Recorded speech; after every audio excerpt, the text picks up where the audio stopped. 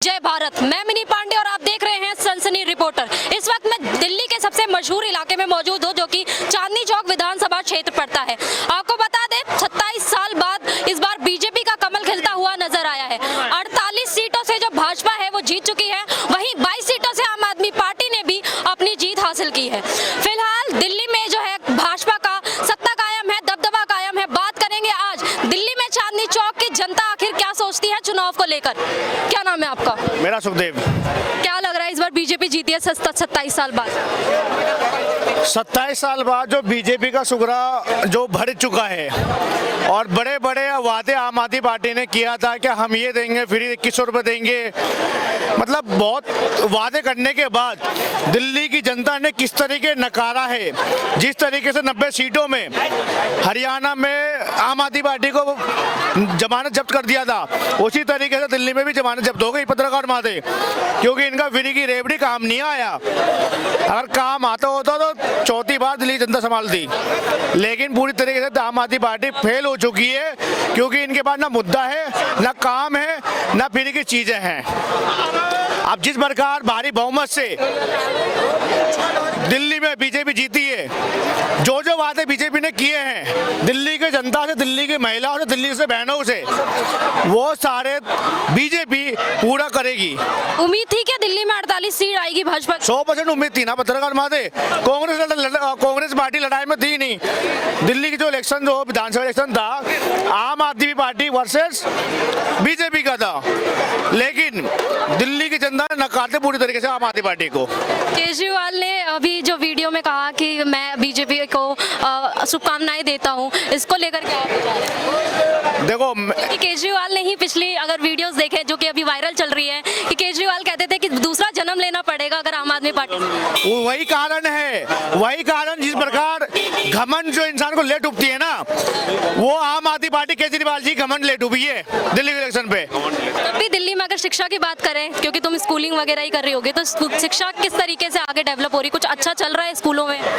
मैं दिल्ली से नहीं, मैं नोएडा से हूँ। नोएडा से।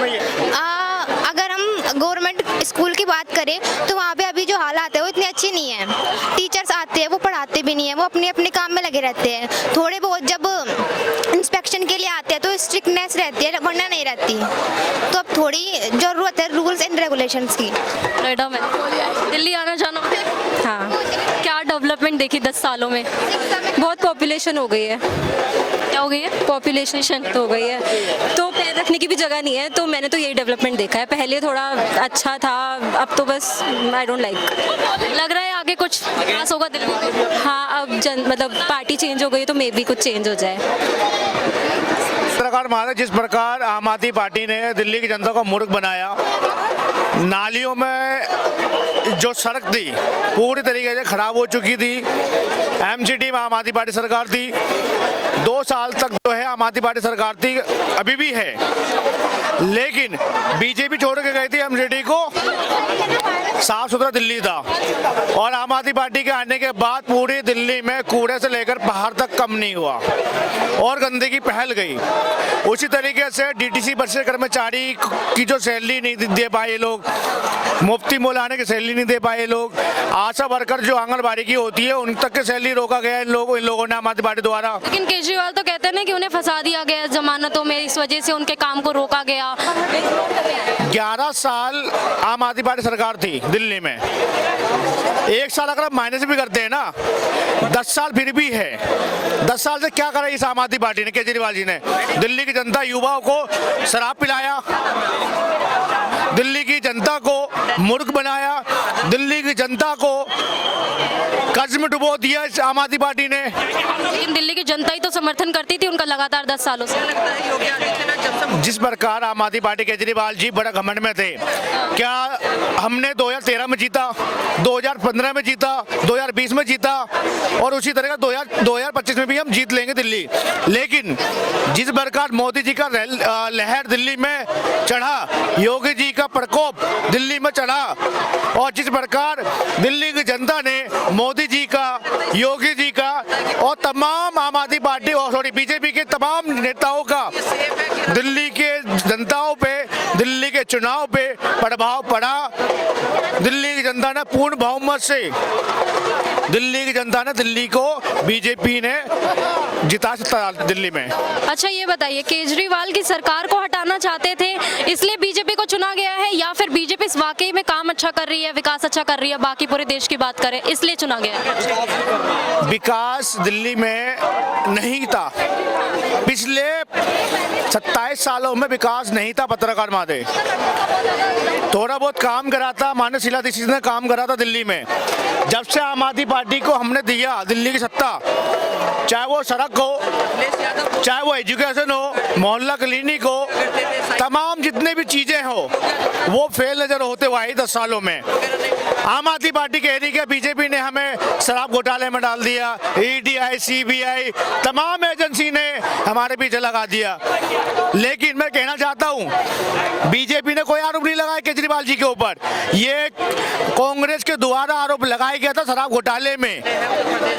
और ये जो केजरीवाल जी थे, एक कुछ दिन पहले ये बोला था मोदी जी आप पूरे भारत में कहीं भी जीत सकते हो लेकिन दिल्ली का चुनाव नहीं जीत सकते। मैं कहना चाहता हूं केजरीवाल जी को, घमंड इंसान को ले डूबती है और घमंड ही ले डूबी है केजरीवाल जी को। अभी आपने कहा कि कांग्रेस में जब शीला दीक्षित का टाइम था तब उन्होंने भी कुछ कार्य किया था, तो अभी कांग्रेस क्यों नहीं आ पा रही है? कांग्रेस, पत्रकार माधे वही कह रहा, कांग्रेस जब से बीजेपी दिल्ली भारत में आई है, बीजेपी कांग्रेस का सुपड़ा साहब हो गया पूरे राज्य से। आप कहीं भी देख, जम्मू कश्मीर इलेक्शन देख लो आप, 2 सीटें आई थी। उत्तर प्रदेश देख लो आप, सीटें नहीं आई। हरियाणा में चले जाओ आप, 33 सीट में अटक गई सारी की सारी।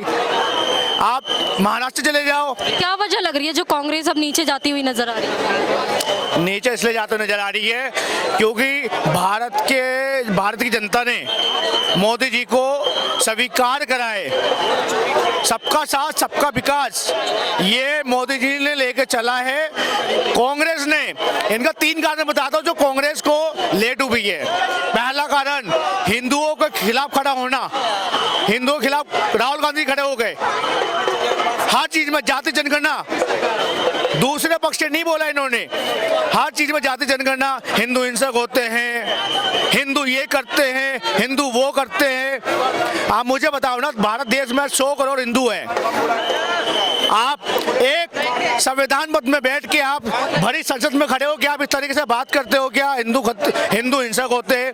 तो किस तरीके से नकारेगी वो, स्वीकार करेगी कांग्रेस पार्टी को भारत देश के नागरिक? विपक्षी पार्टियां भी तो कहती हैं कि जो बीजेपी है वो सनातन धर्म को लेकर ही चलता है, बाकी धर्म को नहीं मानता। तो क्या गलत है? ये सही है, एक ही धर्म को लेकर। एक धर्म की बात नहीं है ना, धर्म वो अपनी जगह है।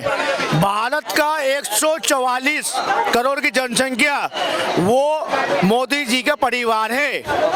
140 का जनता, ये उनका धर्म है, वो अपने धर्म को लेकर चल रहे हैं। कांग्रेस के बताओ मैं आपको, कांग्रेस ने क्या क्या नहीं कुकर्म करा इस भारत देश में, क्या क्या नहीं करा। इमरजेंसी लगा लो आप, कश्मीर से हिंदुओं को पलायन कर दो आप, कई राज्यों में ऐसा हो चुका है। अगर एक बीजेपी अगर कर रही है तो क्या गलत है? अब मुलायम सिंह जी देख लो आप जाके, क्या नहीं करा उन्होंने हिंदुओं के अगेन, बताओ मुझे आप। इस बार जो चुनाव हुए, किन मुद्दों पर क्या सोचकर जो बीजेपी को चुनाव जिताया गया जनता को लेकर? क्योंकि बात करें अगर केजरीवाल ने भी वही चीज दी थी, बस थोड़ा बढ़ा चढ़ा के बीजेपी ने भी वही चीज दी है। मैं वही कह रहा पत्रकार माधे, पहली चीज तो जो फ्री की चीज दिल्ली की जनता को मिल रहा है या किसी भी राज्य में मिल रहा हो, एक तो जनता को आगे आना चाहिए, क्या फ्री की चीजें सही नहीं है, पहली चीज तो ये।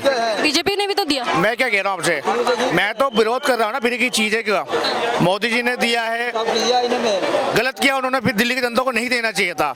लेकिन जहाँ की जनता जिस प्रकार समझती है, जिस तरीके से अंडरस्टैंडिंग होती है, उसी प्रकार की जनता और नेताओं का हक बनता है उस राज्य में, उस दिल्ली के निवासी को वो चीज़ें मिलना चाहिए। आप मुझे बताओ, 2100 रुपये आम आदमी पार्टी ने वादा करा, वो कभी पूरा नहीं हो सकता। अगर पूरा हो सकता था तो 10 लाख करोड़ रुपए केंद्र सरकार से कर्ज में क्यों मांगा आतिशी जी ने? पैसे हैं ना इनके पास? नहीं है, पैसे हैं नहीं आम आदमी पार्टी के पास।